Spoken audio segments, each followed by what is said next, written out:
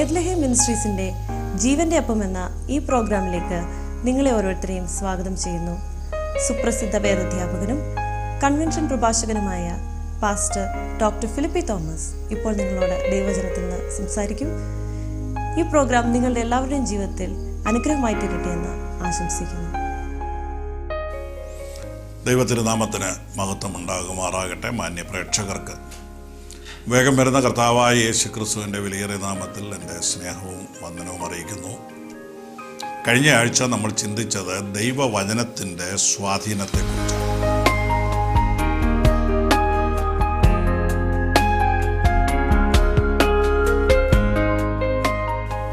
ഇബ്രായലേഖനം 4-ാം അധ്യായം 12-ാം വാക്യം നമ്മൾ വായിച്ചു. ദൈവത്തിൻ്റെ വചനം ജീവനും ചൈതന്യവുമുള്ളതാണ്. ദൈവത്തിൻ്റെ വചനത്തിന് ജീവിപ്പിക്കുവാനുള്ള ശക്തിയുണ്ട്. അതിന് ജീവനുണ്ട്, ചൈതന്യം, പവറുണ്ട്. ദൈവത്തിൻ്റെ വചനം ചെയ്യുന്ന 4 കാര്യങ്ങൾ നമ്മൾ കഴിഞ്ഞ ആഴ്ചയിൽ ചിന്തിച്ചു. ഒന്ന്, അത് ഇരുളിൽ വെളിച്ചം വീശുന്നതാണ് ദൈവവചനം. പാഴും ശൂന്യവുമായ ഇരുൾ മൂടിക്കിടന്ന ഭൂമിയെ വചനം കൊണ്ടാണ് ദൈവം പണിതെടുത്തത്. രണ്ടാമത് നമ്മൾ ചിന്തിച്ചു, അത് ദേശങ്ങളെ രൂപാന്തരപ്പെടുത്തിയെടുക്കുന്നു. ഉദാഹരണമായി എഫെസോസ് പട്ടണത്തിൽ ദൈവവചനം വരുത്തിയ വലിയ മാറ്റം നമ്മൾ ദർശിച്ചു. 3, ദൈവവചനം ആത്മഹത്യയ്ക്ക് ശ്രമിക്കുന്ന മനുഷ്യനെ ആത്മഹത്യയിൽ നിന്ന് വിടുവിക്കുന്നത് ഫിലിപ്പിയൻ കാരാഗ്രഹത്തിലെ കാരാഗ്രഹ പ്രമാണിയുടെ ജീവിതത്തോടുള്ള ബന്ധത്തിൽ നമ്മൾ ചിന്തിച്ചു. 4-മത് നമ്മൾ ചിന്തിച്ചത് മനുഷ്യനെ മരണഭീതിയിൽ നിന്ന് വിടുവിക്കുന്നത്, അഥവാ മരണത്തിനപ്പുറം മനുഷ്യനൊരു പ്രത്യാശ നൽകുന്നത് ദൈവത്തിൻ്റെ വചനമാണ്. 5-മത് ദൈവത്തിൻ്റെ വചനത്തിൻ്റെ സ്വാധീനം, ദൈവത്തിൻ്റെ വചനത്തിൻ്റെ ഇൻഫ്ലുവൻസ്. ഒരു ധാർമ്മിക ജീവിതത്തിന് മനുഷ്യനെ പ്രേരിപ്പിക്കുന്നത് ദൈവത്തിൻ്റെ വചനമാണ്. നമുക്കറിയാം, നമ്മൾ ജീവിക്കുന്ന ലോകം അധാർമികതകൾ നിറഞ്ഞ ഒരു ലോകമാണ്. കൊലയും കൊള്ളിവെപ്പും വ്യഭിചാരവും മദ്യവും മയക്കുമരുന്നും പിടിച്ചുപറിയും എല്ലാം ഓരോ ദിവസവും നമ്മൾ കേട്ടുകൊണ്ടിരിക്കുകയാണ്. ഓരോ ദിവസവും മനുഷ്യൻ അധാർമികതയിലേക്ക് കൂപ്പുകുത്തുകയാണ്. എന്നാൽ മനുഷ്യനെ ഇവിടെ ഒരു ധാർമ്മികത നിലനിർത്തുവാൻ പ്രേരിപ്പിക്കുന്ന ഘടകം എന്താണ്? മനുഷ്യനെ ധാർമ്മികതയിലേക്ക് നയിക്കുന്ന ഏറ്റവും വലിയ ശക്തി ദൈവത്തിൻ്റെ വചനമാണ്. ദൈവത്തിൻ്റെ വചനമാണ് മനുഷ്യനെ ഒരു വിശുദ്ധ ജീവിതത്തിനു വേണ്ടി പ്രേരിപ്പിക്കുന്നത്, ആഹ്വാനം ചെയ്യുന്നത്. തെറ്റും ശരിയും വ്യക്തമായി ചൂണ്ടിക്കാണിക്കുന്ന പുസ്തകമാണ് വിശുദ്ധ ബൈബിൾ. യേശുക്രിസ്തു പറഞ്ഞു, ഞാൻ തന്നെ വഴിയും സത്യവും ജീവനുമാകും. ദൈവവചനം സത്യമാണ്. ദൈവവചനം വിലക്കുകൾ ഏർപ്പെടുത്തിയിട്ടുണ്ട്. ദൈവവചനം തെറ്റേത് ശരിയേത് എന്ന് മനുഷ്യന് വ്യക്തത നൽകുന്നുണ്ട്. മനുഷ്യൻ ചെയ്യാവുന്നത് എന്താണ്, ചെയ്യാൻ പാടില്ലാത്തത് എന്താണെന്ന് ദൈവവചനമാണ് നമ്മെ പഠിപ്പിക്കുന്നത്. ലോകത്താദ്യമായി ഒരു മോറൽ കോഡ് ലഭിച്ചത് ദൈവവചനത്തിലൂടെയാണ്. ഇസ്രായേൽ മക്കൾക്ക് ദൈവം കൊടുത്ത 10 കൽപ്പനകളാണ് ലോകത്തിന് ലഭിച്ച ഏറ്റവും വലിയ ധാർമ്മിക കോഡ്, മോറൽ കോഡ്. ആ മോറൽ കോഡ് പറയുന്നു, കൊല ചെയ്യരുത്, വ്യഭിചാരം ചെയ്യരുത്, മോഷ്ടിക്കരുത്. ലോകത്തെ ഏത് രാജ്യത്ത് ചെന്നാലും അവിടുത്തെ നിയമമാണ് കൊല ചെയ്യരുത്. ലോകത്തേത് രാജ്യത്ത് ചെന്നാലും മോഷണം ഒരു തെറ്റാണ്. എവിടെ നിന്നാണ് ഇതൊക്കെ തെറ്റാണെന്ന് മനുഷ്യന് ബോധ്യമായത്? ലോകത്തെ ഏത് രാജ്യത്തെയും നിയമവ്യവസ്ഥകളുടെ പുറകിൽ പ്രേരക ശക്തിയായിരിക്കുന്നത് 10 കൽപ്പനകളാണ്. ദൈവം മനുഷ്യന് കൊടുത്ത ധാർമ്മിക നിയമങ്ങളാണ് ലോകത്തെ പിടിച്ചു നിർത്തുന്നത്. വേദപുസ്തകം വ്യക്തമായി പഠിപ്പിക്കുന്നു, ഒരു ന്യായവിധിയുണ്ട്, അഥവാ തെറ്റിന് ശിക്ഷയുണ്ട്. തെറ്റ് ചെയ്യുന്നവനെ ദൈവം ശിക്ഷിക്കുന്നു. ഒരു നിത്യ നരകമുണ്ട്, ഒരു സ്വർഗമുണ്ട്. ഇതൊക്കെ വേദപുസ്തകമാണ് മനുഷ്യനെ പഠിപ്പിക്കുന്നത്. വേദപുസ്തകം വ്യക്തമായി പഠിപ്പിക്കുന്നു, ഒരിക്കൽ മരിക്കുകയും പിന്നീട് ന്യായവിധിയും ദൈവം മനുഷ്യന് നിയമിച്ചിരിക്കുന്നു.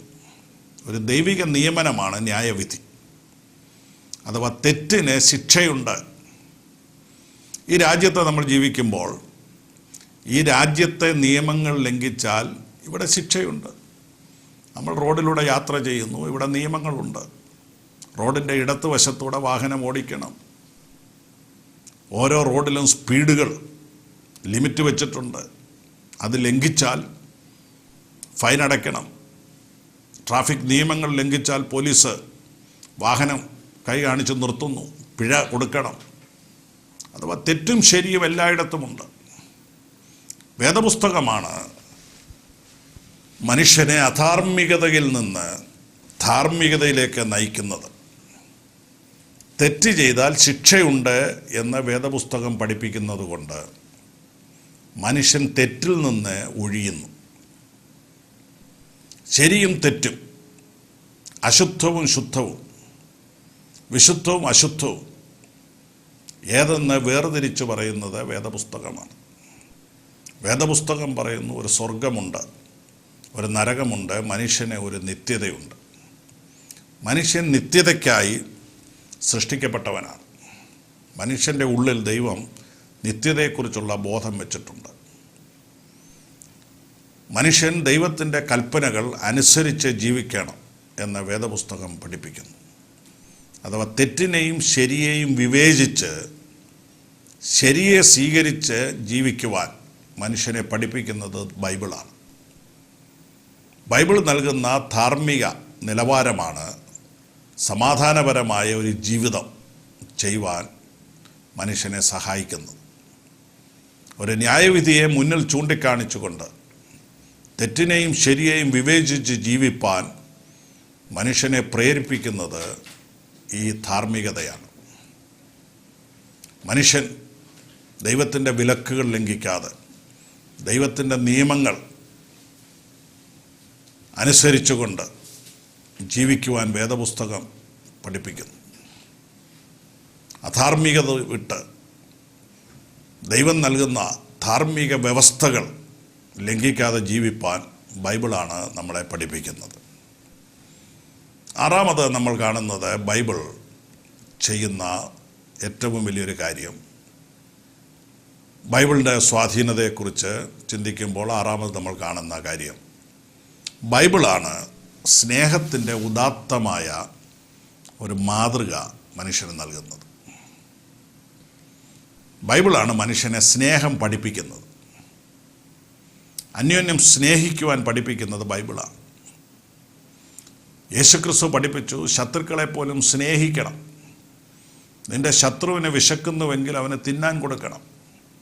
പ്രതികാരം ചെയ്യരുത്. സ്നേഹം വളരെ തെറ്റിദ്ധരിക്കപ്പെട്ടിട്ടുള്ളൊരു വാക്കാണ്. സ്നേഹത്തെ മനുഷ്യൻ ഒരു വികാരമായിട്ട് മാത്രമാണ് ഇന്ന് കാണുന്നത്. അങ്ങനെ ഒരു സ്നേഹമുണ്ട്. കാമം ഒരു സ്നേഹമാണ്. എന്നാൽ അതിനപ്പുറം ഒരു ദൈവിക സ്നേഹമുണ്ട്. ആ സ്നേഹം ഒരു വികാരമല്ല. ദൈവം മനുഷ്യനെ സ്നേഹിച്ചതുപോലെ നാം അന്യോന്യം സ്നേഹിക്കുവാൻ വേദപുസ്തകമാണ് പഠിപ്പിക്കുന്നത്. സ്നേഹത്തെ ഒരു വികാരമായിട്ടല്ല വേദപുസ്തകം പഠിപ്പിക്കുന്നത്, ഒരു ഇച്ഛയായിട്ടാണ്, ഒരു വില്ലാണ്. യോഹന്നാൻ്റെ സുവിശേഷം 3-ാം അധ്യായം 16-ാം വാക്യത്തിൽ തൻ്റെ ഏകജാതനായ പുത്രനിൽ വിശ്വസിക്കുന്ന ഏവനും നശിച്ചു പോകാതെ നിത്യജീവൻ പ്രാപിക്കേണ്ടതിന് ദൈവം അവനെ നൽകുവാൻ തക്കവണ്ണം ലോകത്തെ സ്നേഹിച്ചു എന്ന് നമ്മൾ വായിക്കുന്നു. അത് ദൈവം ലോകത്തെ സ്നേഹിച്ചത് ഒരു വൈകാരിക പ്രകടനമായിരുന്നില്ല. സ്നേഹം ഒരു വികാരമാണെങ്കിൽ സ്നേഹത്തെ ഉണർത്തുവാൻ, വികാരത്തെ ഉണർത്തുവാൻ എന്തെങ്കിലും ഘടകങ്ങൾ വേണം. അതില്ലാതെ വരുമ്പോൾ സ്നേഹമില്ലാതെയാകും. ദൈവം മനുഷ്യനെ സ്നേഹിച്ചപ്പോൾ അതൊരു ഇച്ഛയായിരുന്നു. ദൈവം ചെയ്തത് അവിടുത്തെ ഏകജാതനായ പുത്രനെ മനുഷ്യൻ്റെ പാപത്തിനു വേണ്ടി ബലിമരണത്തിന് നൽകിത്തന്നു. ദൈവത്തിന് തരാൻ പറ്റിയ ഏറ്റവും വലിയ ദാനം ദൈവം തന്നതാണ് സ്നേഹമായിട്ട് വേദപുസ്തകം പറയുന്നത്. ഇതിനപ്പുറം ഒന്നും ചെയ്യാൻ കഴിയുകയില്ല. ദൈവത്തിന് ചെയ്യാൻ കഴിയുന്ന ഏറ്റവും വലിയ നന്മയാണ് അവിടുത്തെ ഏകജാതനായ പുത്രനെ നമുക്ക് തന്നത്. അഥവാ സ്നേഹം ഒന്നും ഡിമാൻഡ് ചെയ്യുകയല്ല, സ്നേഹം എന്തെങ്കിലും ആവശ്യപ്പെടുകയല്ല, സ്നേഹം എപ്പോഴും കൊടുക്കുക. എന്താണ് സ്നേഹമെന്ന് ചോദിച്ചാൽ, മറ്റൊരു മനുഷ്യന് വേണ്ടി ചെയ്യാൻ കഴിയുന്ന ഏറ്റവും വലിയ നന്മ ആ മനുഷ്യന് ചെയ്യുന്നതാണ് സ്നേഹം. ദൈവം മനുഷ്യനെ സ്നേഹിച്ചപ്പോൾ മനുഷ്യൻ്റെ യാതൊരു യോഗ്യതയും നോക്കിയില്ല.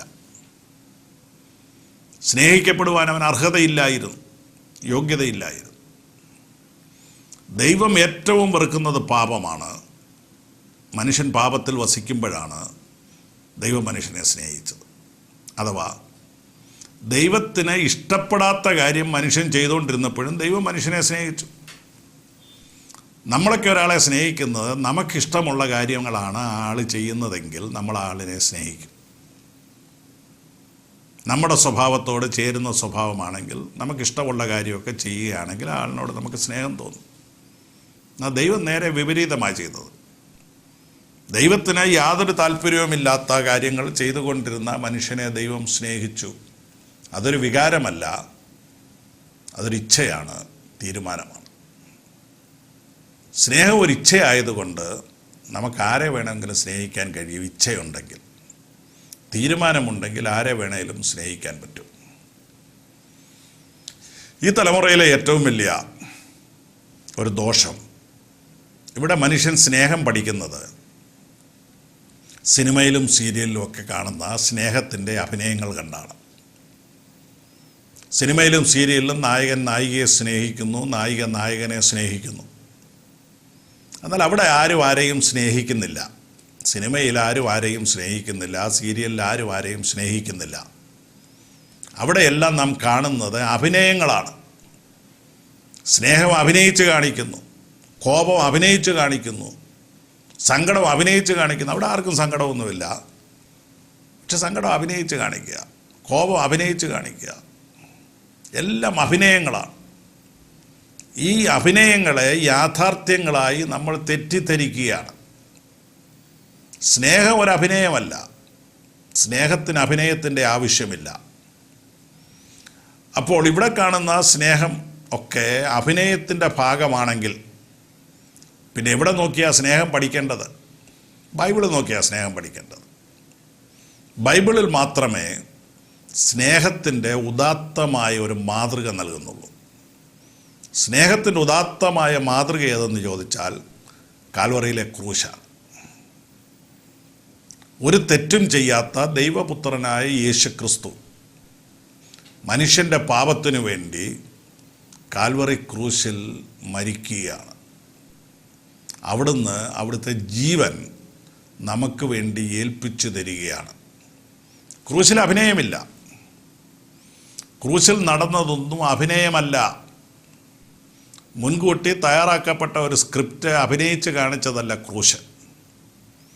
ക്രൂശിലൂടെ ദൈവം മനുഷ്യനോടുള്ള സ്നേഹം പ്രദർശിപ്പിക്കുകയായിരുന്നു.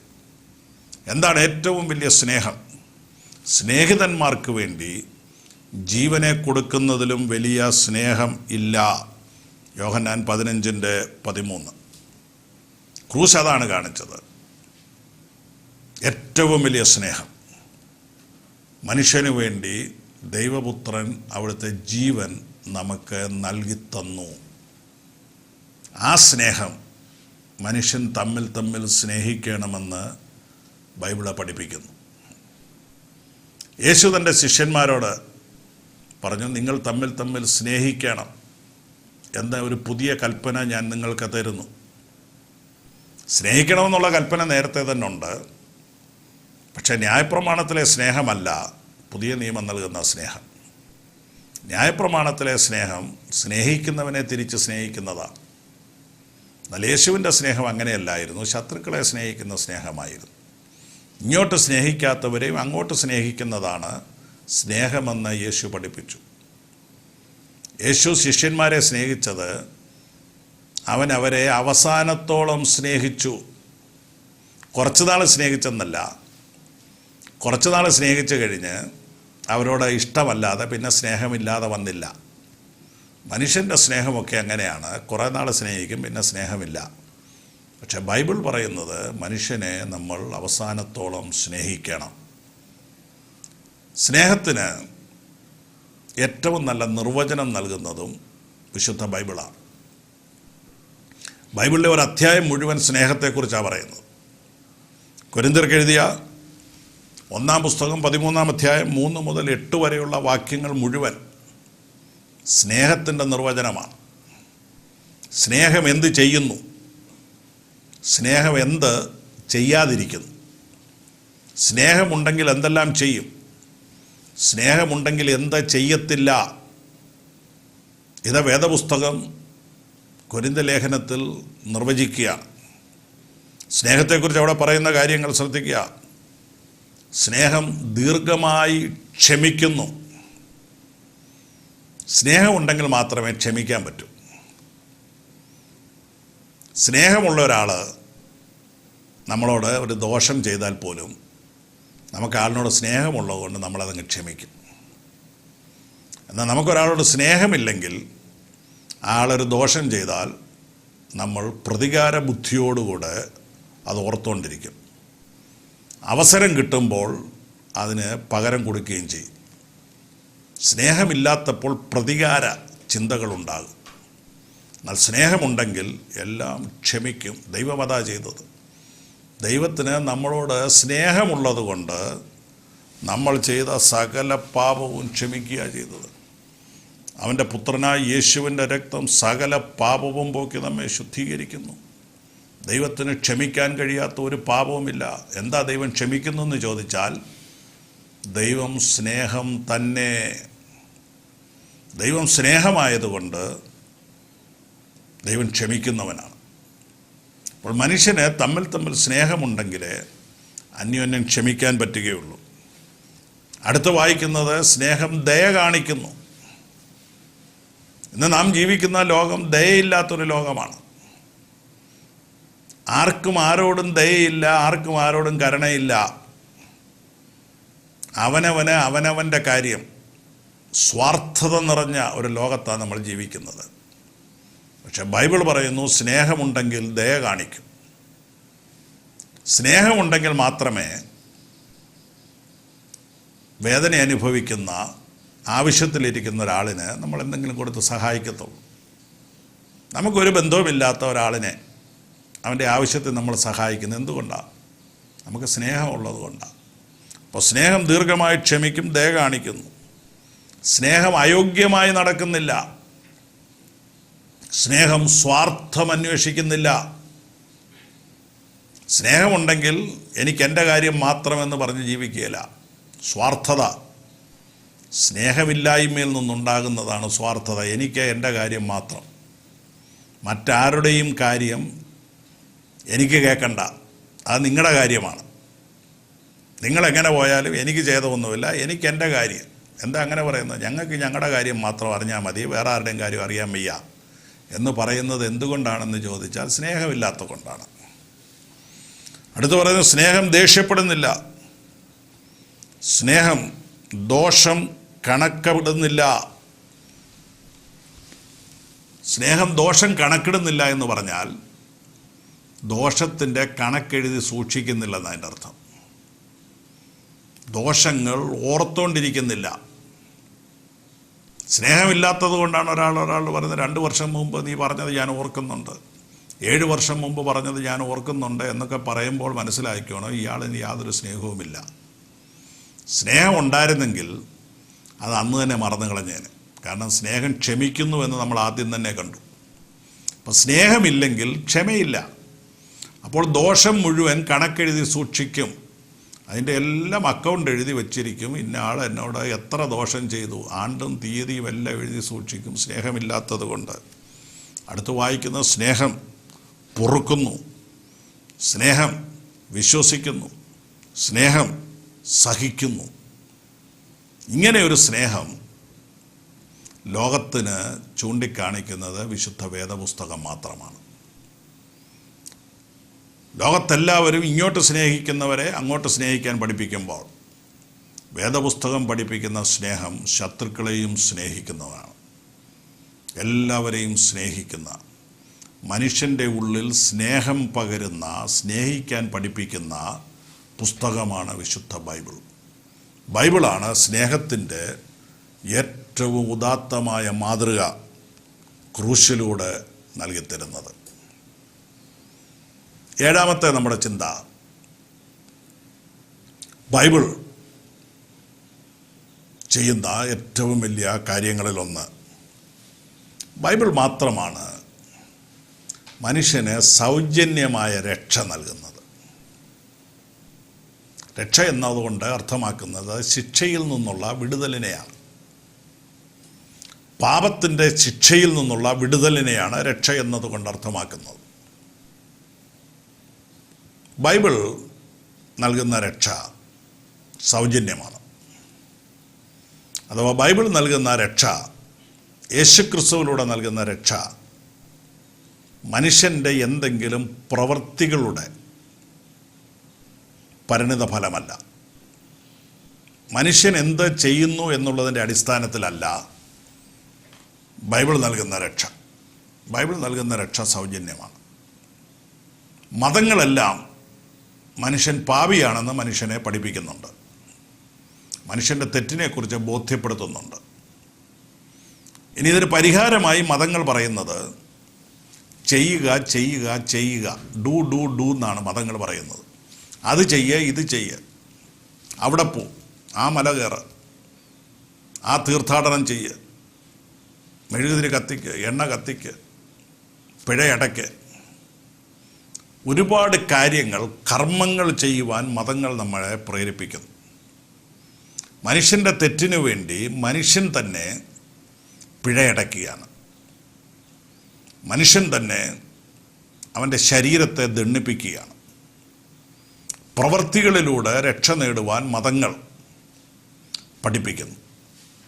ചെയ്യുക ചെയ്യുക ചെയ്യുക എന്ന് മതങ്ങൾ പഠിപ്പിക്കുമ്പോൾ വേദപുസ്തകം പറയുന്നത് ചെയ്യാനല്ല, ചെയ്തിരിക്കുന്നു, ഡൺ ഡൺ ഡൺ എന്നാണ്. കർത്താവായ യേശുക്രിസ്തു കാൽവറി ക്രൂശിൽ കിടന്നുകൊണ്ട് തിരുവായി മൊഴിഞ്ഞ ഒരു വാചകം ഇങ്ങനെയാണ്: സകലവും നിവൃത്തിയായിരിക്കുന്നു, ഇറ്റ് ഈസ് ഫിനിഷ്ഡ്. എന്താ യേശു പറഞ്ഞതിൻ്റെ അർത്ഥം? മാനവജാതിയുടെ രക്ഷയ്ക്ക് വേണ്ടി ചെയ്തു തീർക്കേണ്ടതെല്ലാം ഞാൻ ചെയ്തു തീർത്തിരിക്കുന്നു. ഇനി മനുഷ്യൻ തൻ്റെ രക്ഷയ്ക്ക് വേണ്ടി യാതൊന്നും ചെയ്യേണ്ടതില്ല. ഒരു മലയും കയറണ്ട, ഒരു കൂദാശയും ചെയ്യണ്ട, ഒരു മെഴുകുതിരിയും കത്തിക്കണ്ട, ഒരു തുട എണ്ണയും കത്തിക്കണ്ട, ഒന്നും ചെയ്യണ്ട. മനുഷ്യനെ എന്തെങ്കിലും ചെയ്ത് രക്ഷ നേടാൻ പറ്റുകയില്ല. കാരണം വേദപുസ്തകം പറയുന്നു, മനുഷ്യൻ്റെ സൽപ്രവർത്തികളെല്ലാം ദൈവത്തിൻ്റെ മുൻപിൽ കറ പുരണ്ട തുണി പോലെയാണ്. എത്ര കഴുകിയാലും വെളുക്കത്തില്ല, കറ പുരണ്ട തുണി. കുരുടനെ വഴി കാണിക്കാൻ പറ്റുകയില്ല. കുരുടനെ വഴി കാണിച്ചാൽ രണ്ടുപേരും കുഴിയിൽ വീഴും.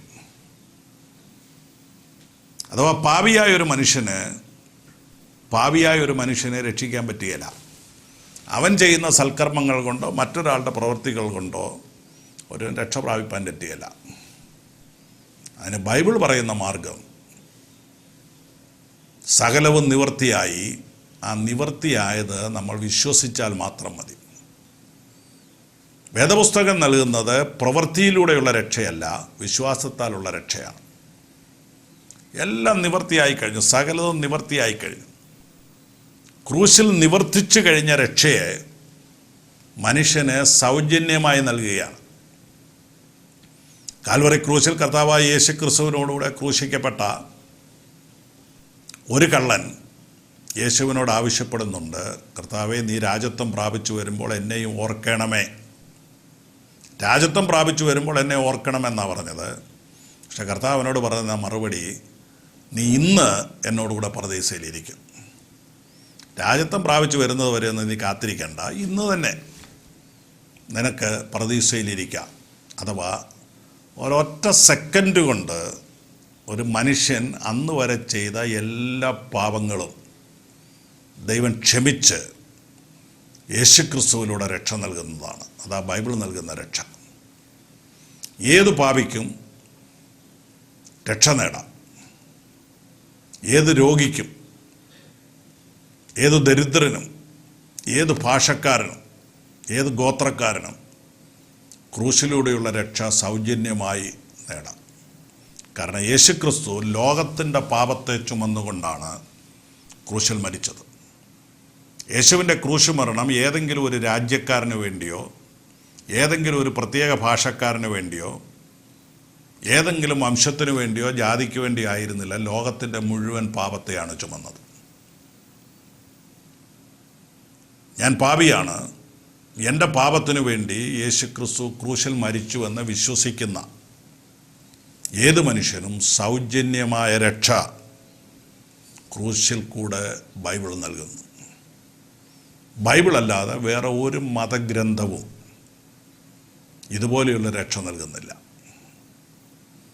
എന്നെ കേൾക്കുന്ന നിങ്ങൾ ഇതുവരെയും രക്ഷിക്കപ്പെട്ടിട്ടില്ലാത്ത ഒരാളാണെങ്കിൽ, ജീവപുസ്തകത്തിൽ പേരെഴുതിയിട്ടില്ലാത്ത ഒരാളാണെങ്കിൽ രക്ഷ സൗജന്യമാണ്.